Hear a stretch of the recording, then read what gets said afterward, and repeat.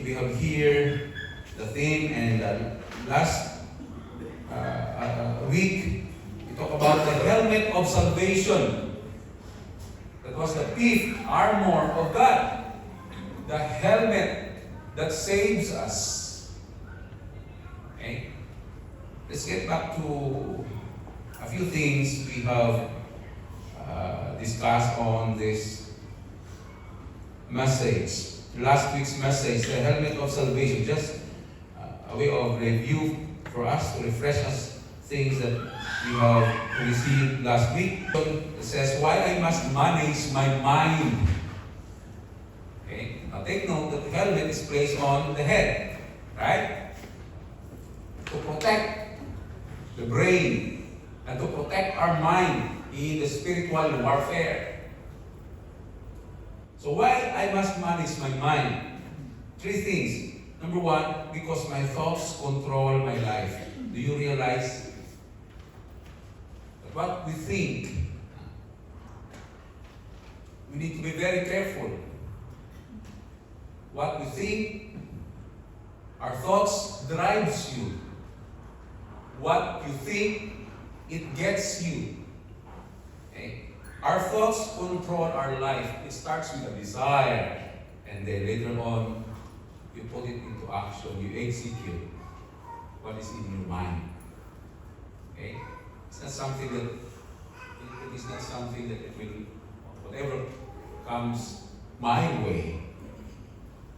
That's the thing that I do. No. It starts with a simple thought. Okay?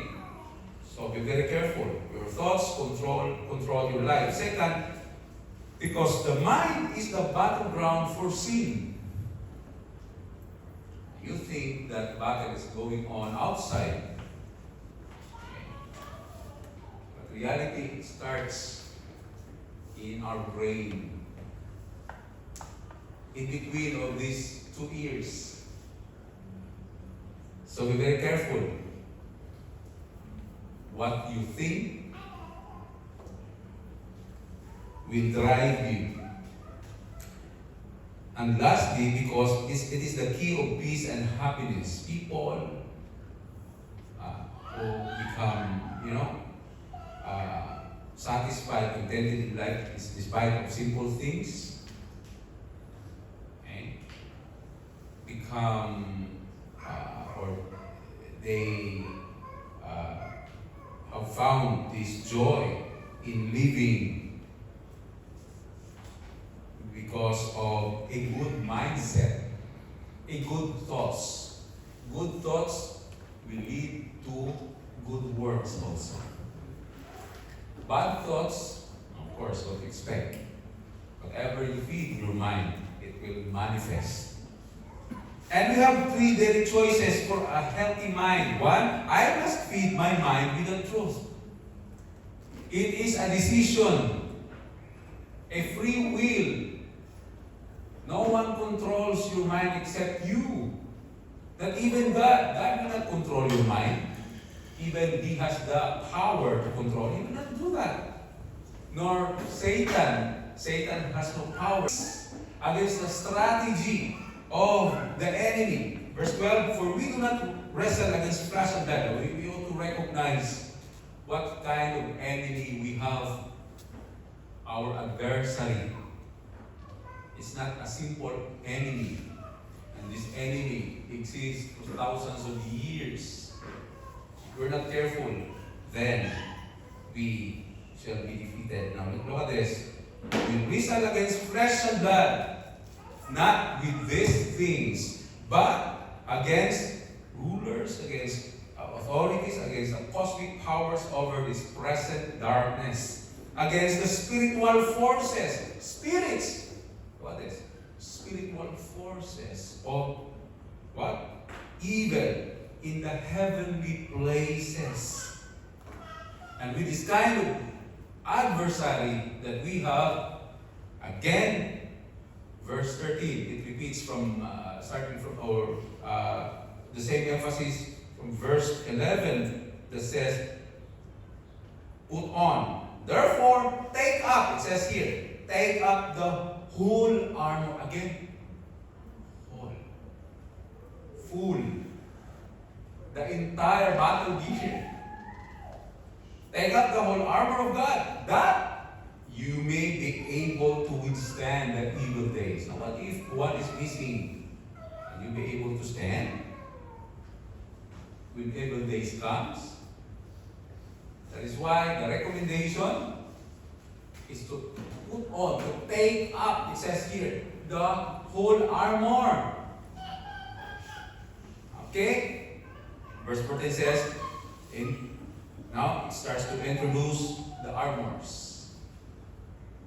Stand therefore, having fastened on, first one, belt of truth. Belt of truth. Nakapulupot yan sa iyong bewang. Having put on the breastplate of righteousness. Second, and third, shoes for your feet, the gospel of peace. Readiness given by the gospel of peace. In verse 16, in all circumstances, either good or bad, it says here, take up, what? The shield of faith, with which you can extinguish all the flaming darts of the evil one. Now, here comes verse 17. It's interesting because it's not only, even though we have this emphasis tonight about the sword, but it starts from the helmet. Take the helmet of salvation. And, so this goes together, the helmet and the sword. Take the helmet of salvation and the sword of the Spirit, which is, what is that sword? The Word of God. Here's the Word of God, the Bible. So meaning to say the Scripture, the entire Scripture, the Bible is your sword. Are you bringing your sword with you? Where's your sword? We're in battle. Can you show your sword?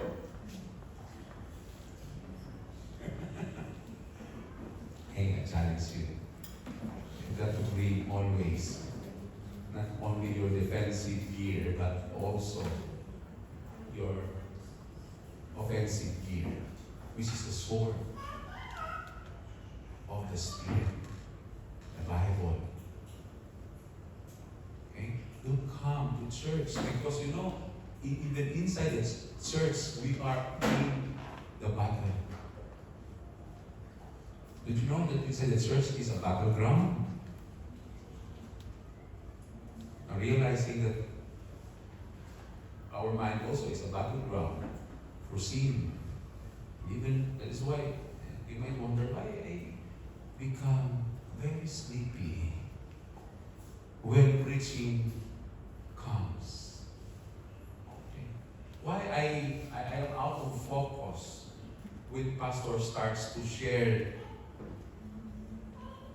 the Word of God. It is because we are in constant battle. Now, if you're not bringing your sword with you, how will you fight? Okay? So let's take a look. Now, it says here that the sword of the Spirit, which is the Word of God, compares to the sword, or the Roman sword. Okay. Just a glimpse of facts about the Roman sword. In 216 BC or before Christ to the 4th century AD, Anno Domini, the Roman soldiers adopted the Spanish sword, or we call that gladius. It's a Latin term. So they adopted it from the Spaniards. The Spanish term. So what is that name of the sword? Gladius. Okay.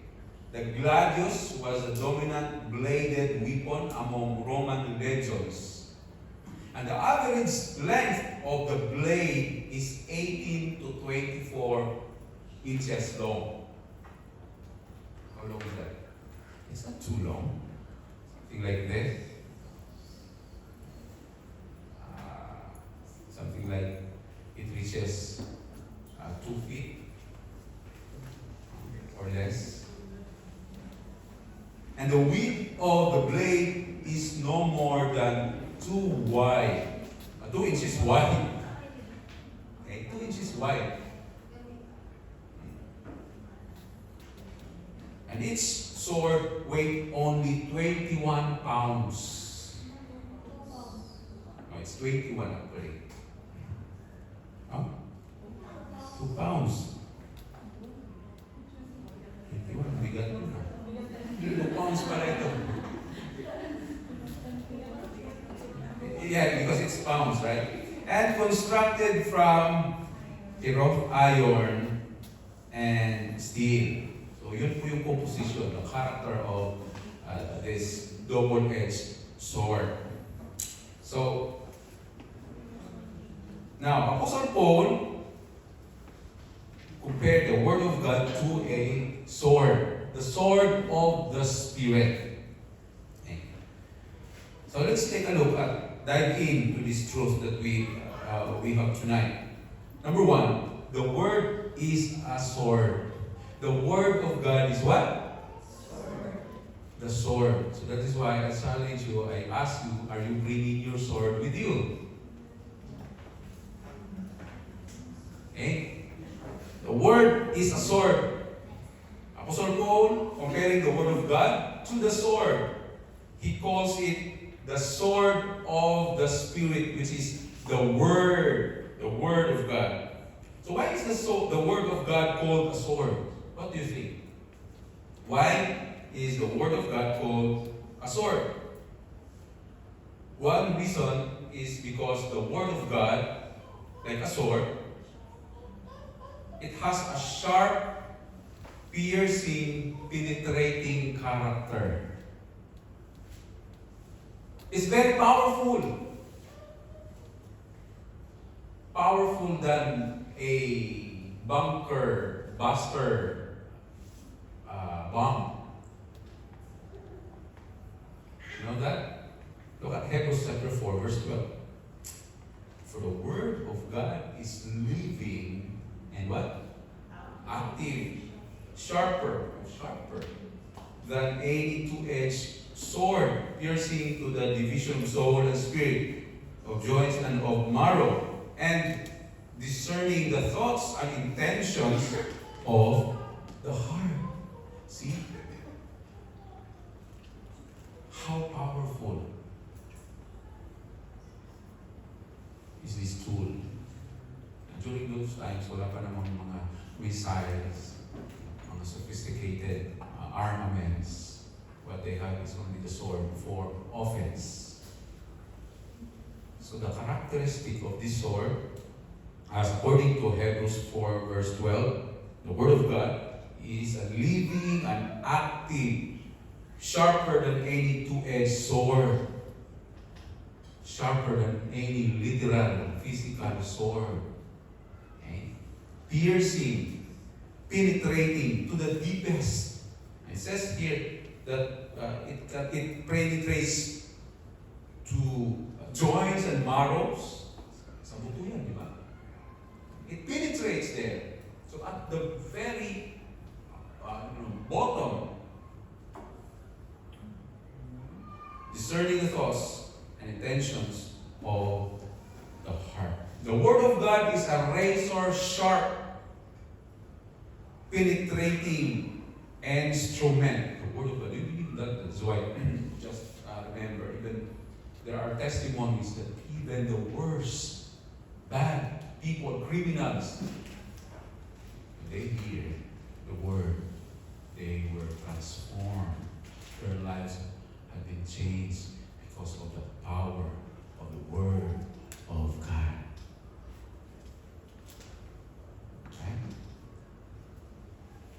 Okay? So, the Word of God is able to discern and to divide and to distinguish between good and evil, light and darkness, truth and error, wisdom and foolishness. of the Spirit. And this is why called the sword of the Spirit. Meaning to say, the Spirit forges the sword. Forging. What is that? In Bisaya, subhan. Understand that? I don't know how you say that in your own native dialect. Diba? Blacksmiths, they have this kind of chemical. I think it's made dark oil. After they have formed the sword or a kind of made of iron, they will dip it into a black oil and then let it cool down to harden the steel. You know that? What's an idea? It's just simply that after you have formed an iron thing and then it becomes a sword. No. There should be a process, and they call it forging. Okay? You know that? Sa mga Bisaya, subhan, kanang sundang, aron bugahi. It will not, hindi siya pupurol agad. Okay. You better research on that. Okay? So, that's the character of the sword. It is sharp, it's penetrating. Sword of the Spirit, which is the Word of God.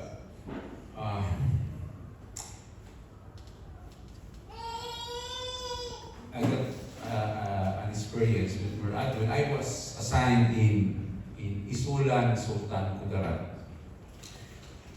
During my first year, I had that wonderful experience of ministry going to the provincial jail in Isulan, Sultan Kudarat. And along with me, one elder, and sometimes a parish priest comes along. Actually, that ministry has been initiated by the Roman Catholics. And according to the priest, born-again Christians, pastors are called in evangelism, witnessing. That is why 1 year we've been doing that once a week. Okay? Right after sometimes it's Sunday after the service, Sunday afternoon, we go together along with parish priests and nuns going to the prison cell to evangelize. So I had that opportunity. And so many different level of people. Some are the worst among the worst. Bad people, multiple crimes committed. And we've been praying hard that somehow as we share the message to them, their hearts will be softened. God will give them a heart of flesh, not of stone. And praise be to God, not everyone, not all of the prisoners, but at least more than half of those people. There were something like 150 inmates hearing the word of God every week. But at least, something like 75% of them came to know the Lord Jesus Christ as their Lord and Savior because of the jail ministry that we have. So I'm going there along with one elder sometimes, and more often the priest, the parish priest. So they will do the introduction when it comes to sharing. It's the pastor sharing the word of God and challenge. I see changes in people's lives because of hearing the truth, the word of God. Come to think of that. Okay? Some inmates were suicidal. They lost hope. But when they learn and hear the Word of God, they become hopeful. Okay? So the Word is a sword. It penetrates even to the deepest part. Second, the Word is the Spirit's sword. What's the first? The Word is a sword, and the Word is the Spirit's sword. The sword of the Spirit. The sword of the Spirit. I mean to say, the one who initiates. The light to the helmet, but also to the sword. It's one phrase, separated by comma. Now it says here, take the helmet of salvation and what? The sword of the Spirit. The sword of the Spirit. Now here, we see the verb take, an action word. Take this sword. Now in spiritual aspect, take the word. Take the word. So the verb take here, we're talking about, or the sword of the Spirit, which is the Word of God. When it says Word of God, usually, often we conclude and hear the Greek term for that, logos, which means word. But don't you not know that in this verse, in this phrase that we have, take the helmet, take the sword, it's not logos, but it's the word rhema. Rhema. Logos is best applied on the word mentioned in John 1:1. What is John 1:1 says? In the beginning was the Word. That is Logos. Okay? In the beginning was the Word, and the Word was with God, and the Word was God. It's Logos. And then jump to verse 14, and the Word became flesh and dwelt among us. That is Logos. Okay? Nagiging tao ngayon. At alam natin sino yan. Si Kristo. Yung Logos na yun, yung Word na yun. But here in this verse, which we can see also the word, but it's not pertaining to the word Logos. It's pertaining to the word Rhema. So what is Rhema, by the way? Okay? And it says, Word of God is not the usual Greek word Logos, but the word Rhema. Rhema is a spoken word. It's a word that's spoken in the moment. So for example, I am speaking right now. So I'm speaking. I speak. That is an action word compared to the same way as take. Speak, take. That is an action word, right? So it points to the Greek word rhema. Rhema is a spoken word in the moment. So the idea here that the sword of the Spirit, which is the Word of God, actually in use by us in the moment, at the time of happening. When Apostle Paul have said, take, at this very moment, at this time, take. When you compare it to Logos,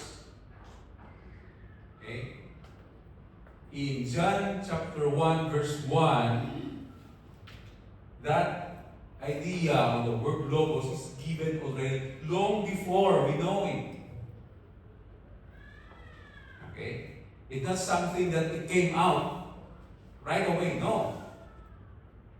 And that needs an action. The word here, Rhema, is an action word, spoken, delivered, at that very moment. Now, imagine yourself, you are in the battle, in a fierce battle. At the heated battle, you've got to wear your what? And take the sword. Take the helmet and the sword because you are now facing the enemy.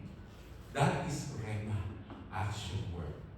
An action. So meaning to say, logos, okay, a given word, longed for, and that implies who is that word? Jesus Christ, the truth. And then we have here the word, which is the sword of the Spirit, rhema, that we need to take action right away. So you know the difference? Okay? With that idea, then the Bible, with that,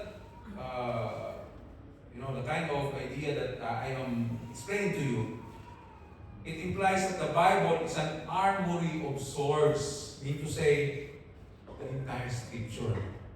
That's why 2 Timothy, all Scripture, from Genesis to Revelation, is the whole armory of God. The whole treasury of God's Word. The whole armory of God's Word. So, we have this whole armory ready for the moment and at that instant. Okay?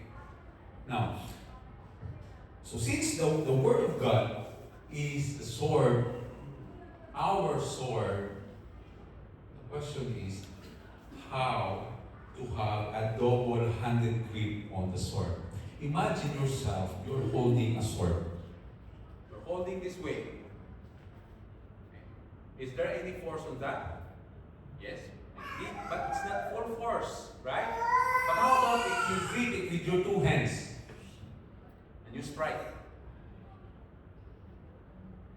Imagine the damage it brings to the person or to the thing that you hammer on. Have to think of that. So we need to say, we need to have a double-handed grip on the sword. We need to have a double grip, it says here, double-handed grip on the Word of God. Hold your Bible with your two hands. It's stable. It's steady. It's with force. Okay? So how to have a double-handed grip on the sword? Number one, consider this. Read the Word. Are you reading your Bible? Are you using your sword? It might be that you're just using your sword during Saturday worship, Saturday evening. The rest of the days, 7 days a week or 6 days a week, is there in the shelves. Very dusty. Okay. So what if during those days you set aside your sword because you are just using your sword during Saturday, during worship service? What if the enemy attacks on Monday, on Tuesday, on Wednesday? How you defend yourself? You set aside your sword. And you are on duty. Because every moment, every hour, every day, we are in the battle. Nasa digmaan tayo. What do you think? Now, consider this. According to Nielsen report, this is in US. Adults nowadays watch an average of 5 hours and 4 minutes of television per day. Are you that person? Are you an adult? 5 hours and 4 minutes a day. When you say to yourself, sa akin, Pastor, just 1 hour a day. I'm not really fan of television, any social media.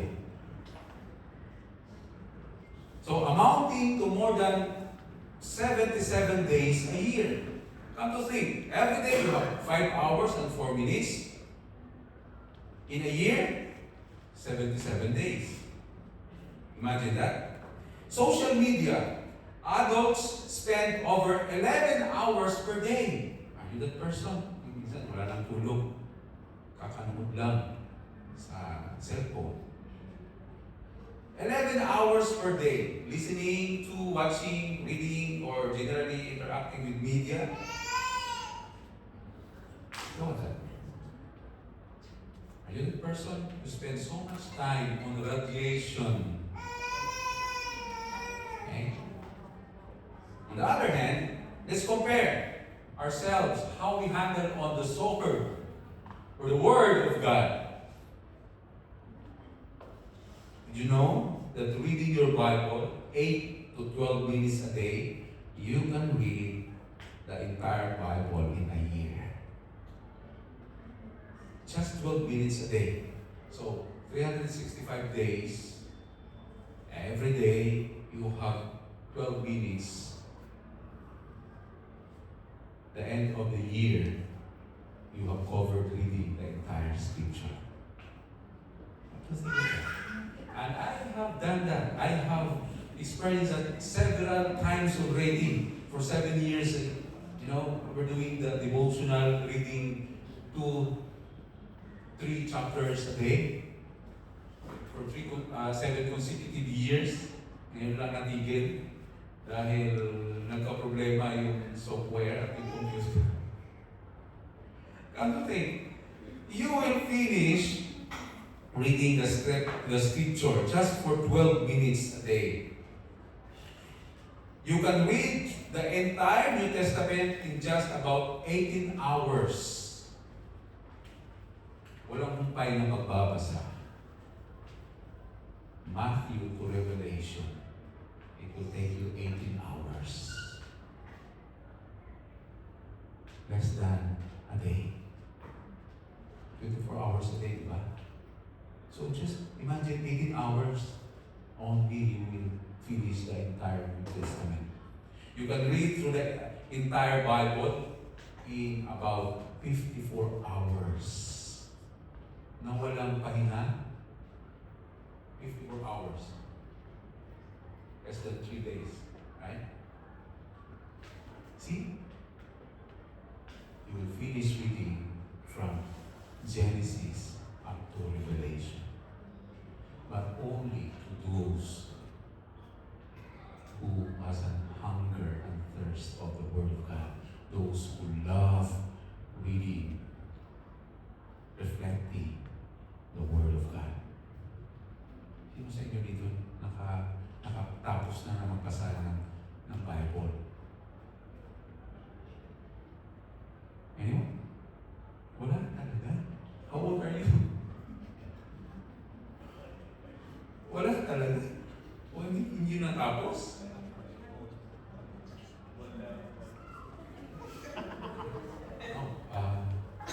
To be honest. Yes. Okay. That is best. We need that. Yung, ano ba yan? Yung puso pa yung ano noon? What is that? Yung pocket books. Even how many pocket books, series. I see people passionate of reading those materials. They can cover reading the entire pocket book in just one day. Minsan wala nang kain. Alam mo, kakabasa ng pocket book. Which those things, are not the truth. It has nothing to do about the Word of God. How much more the Scripture is living and active. The Word of God, inspired by God, breathed out by God. Please develop a habit of reading the Word of God. Second, hear the Word. Romans Romans 10:17 says, so faith comes from hearing, and hearing through the Word of God. Well, Pastor, it does the favorite part that I have, because, I would have just come to church, sit down, listen to preaching, to the Word of God, rather than reading by myself. So most of us, we are fan of just hearing God's Word. I know people that they cannot sleep without an earphone, and they're just hearing recorded online Bible. Yun yung pampatulog din. Sabi pa nila, pag yung Bible, yung verses na narinig ko, ay madali ako nakakatulog. Yung pampatulog din sa salita ng Panginoon.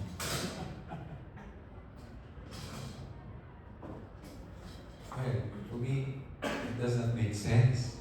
Because when you're sleepy, can you concentrate listening on it? I don't think so. So hear the Word, and faith comes from hearing, and hearing through the Word of God.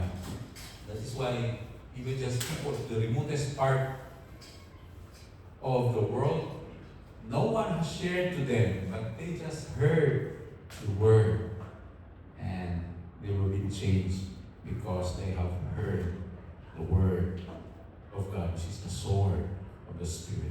Third, believe on what you hear, what you read. Believe the Word. Hebrews chapter 4, verse 2. Now, the author of this book emphasized that even those patriarchs, those Jews during the old times, and it says, we have heard the same good news, just like what they have heard. Okay? Your ancestors have heard. But the message did not help those who heard in the past because they did not believe. So many people nowadays, they have heard the news. They have heard the Word of God. But their heart is callous. They don't believe. Okay? So at least they hear the Word. It's no longer our accountability. Our accountability is that when we share, when we deliver the Word of God. Number 4, memorize the Word. To have a good grip of the sword or the Word of God. Memorize what it says. Memorize the Word. How many verses have you memorized? Anyone? I memorized Genesis 1:1. I have memorized that part which says that Jesus wept. Memorize the Word of God. Because it will help you in times of trouble. You can cope. It can strengthen your faith. There was a Sunday school teacher asking her students, sabi niya, has anyone here know about the Christian name of God?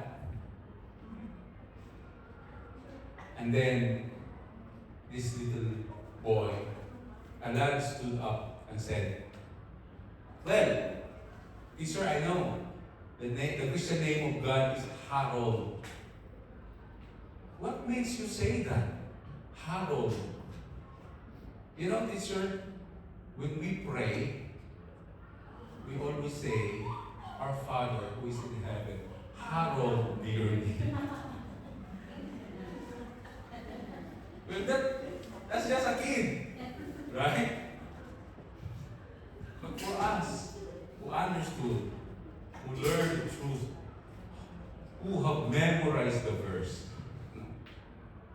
ka ng tama. We're not kids. Right? So not hallowed. It's hallowed. Right? But it's not the name of God. Now the prayer of Jesus says that hallowed be your name. Okay. So, we need to memorize the Word of God. You remember when the devil tempted Jesus after the 40 days of prayer and fasting, the devil uses the Word of God. So if we don't memorize, how can we know, how can we identify that the devil is using the wrong verse? And the devil declared to Jesus, the devil, he knew that Jesus was so angry. Because the scripture says that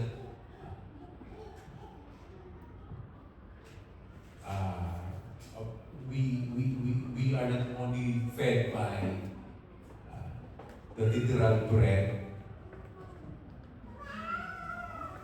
but Jesus responded, man shall not live by bread alone. The devil used the verse, and even the second temptation and the third. It is written, and then Jesus responded also, it is also written, you shall worship only God. Okay? So memorize the word. In Psalm 119, the psalmist declared, I have stored up your word in my heart that I might not sin against you. Now, if you have memorized the scripture, the verse, it will remind you and it will keep you from sinning. Fifth, meditate on the word, ponder, reflect on the word of God. Not only reading, not only hearing. Let the word of God preach to yourself what the word of God says. What this word speaks to me. Okay? Meditate on the word. Number 6, apply the word. James 1 verse 22 says, but don't just listen to God's word, you must do what it says. Otherwise, you are only fooling yourselves. In other translation, don't be just hearers of the word, but doers of God's word. Now, what is interesting here, because it says here, the next phrase, otherwise you are only fooling yourselves. So, you become foolish when you just hear the word, but you don't apply it in your life. That word will not make sense in your life if you just keep on absorbing it, learning it, head knowledge, but it's not changing you. You're not applying it. And then the last one, share. It says, share the word. So don't just absorb the word. Don't just, receiving all this wonderful truth, but tend to share to others. Be a blessing and a channel of blessing to others. 2 Timothy chapter 4 verse 2. Preach the word. Be prepared in season and out of season. Correct, rebuke, and encourage with great patience and careful instruction. This is of man. Preach the word. But it's not only through, giving words through our mouth. Even our lives. We can preach the word of God by living the life that we have in Christ to others. When they see that life that you have in Christ is just a way of preaching to them, saying to them that kind of life that I have in Christ. So, meaning, be a witness. Be a testimony to others. Sometimes our preaching is ineffective. Why? Because our words does not confirm or conform to our actions. Napakahirap, di ba, na magbahagi ng salita ng Panginoon, pero yung buhay natin hindi umaayon doon sa salita. O sa salita na lumalabas sa atin. Okay? Best way and one of an effective way of,